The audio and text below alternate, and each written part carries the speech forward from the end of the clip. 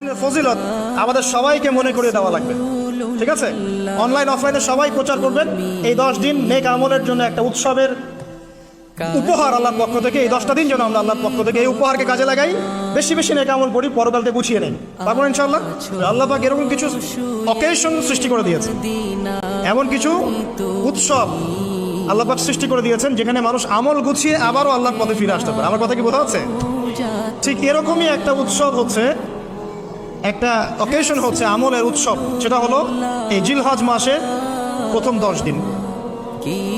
এই জিলহজ মাসের প্রথম 10 দিন সম্পর্কে আল্লাহ পাক সূরা ফজরের মধ্যে শপথ করেছেন, ওয়াল ফাজরি, ফজরের কসম, ওয়া লায়ালিন আশর, এবং এই 10 রাতের কসম। এই 10 রাত বলতে এখানে জিলহজ মাসের এই 10 দিন এবং 10 রাতকে বোঝানো হয়।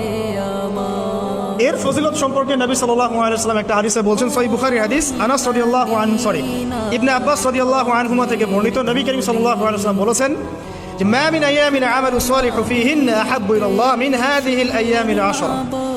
আল্লাহ পাকের কাছে এই 10 দিন অর্থাৎ জিলহজ মাসের প্রথম 10 দিনের নেক আমল যত বেশি প্রিয়, আল্লাহর কাছে জিলহজ মাসের প্রথম 10 দিনের নেক আমল যত বেশি প্রিয়, অন্য কোনো আমল এত বেশি প্রিয় না। অন্য কোনো আমল, এটা বুঝতে গিয়ে সাহাবায়ে কেরাম প্রশ্ন করছেন, ক্বালু, তারা বলছেন, ইয়া রাসূলুল্লাহ, হে আল্লাহর রাসূল, বলুন সাল্লাল্লাহু আলাইহি ওয়াসাল্লাম, ওয়ালাল জিহাদু ফি সাবিলিল্লাহ, আল্লাহর পথের জিহাদও কি নয়? আমরা তো জানি ইসলামের সর্বোচ্চ চূড়া হচ্ছে আল্লাহর পথের জিহাদ।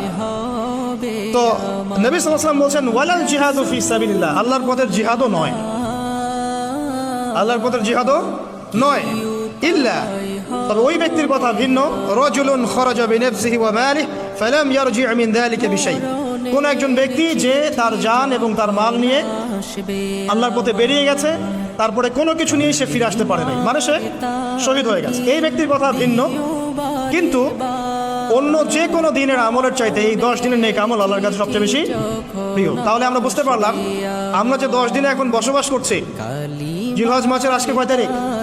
1 তারিখ। এই যে আল্লাহ পাক নিয়ামতের সাথে আমাদেরকে বাঁচিয়ে রেখেছেন, এই 10 দিন আমল করার সুযোগ দিয়েছেন, এই কৃতজ্ঞতা স্বীকার করে আমরা কিন্তু শেষ করতে পারবো না। পারবো না।